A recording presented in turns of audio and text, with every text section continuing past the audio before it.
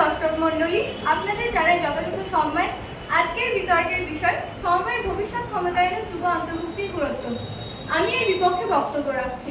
সমবায় ব্যবস্থা মানুষের সম্মিলিত উদ্যোগ, পারস্পরিক সহযোগিতা ও গণতান্ত্রিক অংশগ্রহণের ভিত্তিতে গড়ে ওঠে। সমবায়ের উন্নতির জন্য যুব সমাজের ভূমিকা গুরুত্বপূর্ণ হতে পারে, কিন্তু সমবায়ের ভবিষ্যৎ ক্ষমতায়নের জন্য যুব সমাজের অংশগ্রহণ অপরিহার্য। এই বক্তব্যের সঙ্গে সম্পূর্ণ একমত হওয়া যায় না। সমবায়ের মূল শক্তি হচ্ছে সম্মিলিত অংশগ্রহণ। এখানে যুবক, নারী, প্রবীণ, কৃষক সকলের অংশগ্রহণ, মতামত ও সহযোগিতার প্রয়োজন। শুধুমাত্র একটি নির্দিষ্ট বয়সের মানুষের অংশগ্রহণকে সমবায়ের ভবিষ্যৎ ক্ষমতায়নের শর্ত হিসাবে দেখলে সমবায়ের অন্তর্ভুক্তিমূলক চরিত্রগুলো ক্ষতিগ্রস্ত হতে পারে। যুবকদের অংশগ্রহণ থাকলেই যে সমবায় সফল হবে তার নিশ্চয়তা নেই। তাই অভিজ্ঞ মানুষদের দীর্ঘদিনের অভিজ্ঞতা, স্বাচ্ছন্দ্যতা, দক্ষ পরিচালনা ও সিদ্ধান্ত গ্রহণের দক্ষতার উপরও সমবায় নির্ভর করে। অনেক সময় গ্রামের প্রবীণ সদস্যরা স্থানীয় অর্থনীতি, কৃষি ও বাজার ব্যবস্থা সম্পর্কে যুবকদের তুলনায় বেশি অভিজ্ঞতা রাখেন। যুব সমাজ বড় বড় অর্থনৈতিক প্রতিষ্ঠান, কর্পোরেট প্রতিষ্ঠান এসবের জন্য বিপুল পরিমাণে মূলধন প্রয়োজন।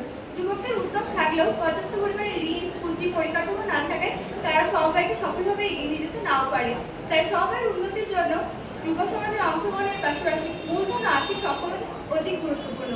বড় বড় কর্পোরেট প্রতিষ্ঠানগুলি বাজার সম্প্রসারণের মাধ্যমে তাদের বাজার নিয়ন্ত্রণ করে। শুধুমাত্র যুবকদের অংশগ্রহণ থাকলেই হবে না, তার সাথে পাশাপাশি দরকার আর্থিক পরিকল্পনা, আর্থিক দক্ষতা ও দীর্ঘদিনের ব্যবসায়িক কৌশল।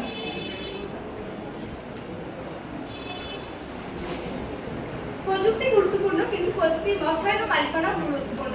যুব সমাজ প্রযুক্তি ব্যবহারে দক্ষ হতে পারে, কিন্তু প্রযুক্তি গ্রহণের জন্য অর্থ, প্রশিক্ষণ ও পরিকাঠামো পুঁজি দরকার। তাই প্রযুক্তিগত দক্ষতার পাশাপাশি অর্থ, প্রশিক্ষণ ও পরিকাঠামো সুশাসন অপরিহার্য। তাই অতএব যুব সমাজের ভবিষ্যৎ ক্ষমতায়নের জন্য সক্ষমতা, অভিজ্ঞতা, বাস্তব অভিজ্ঞতা, কার্যের সমন্বয়ে সকল সদস্যদের সম্মিলিত উদ্যোগ ও সুশাসন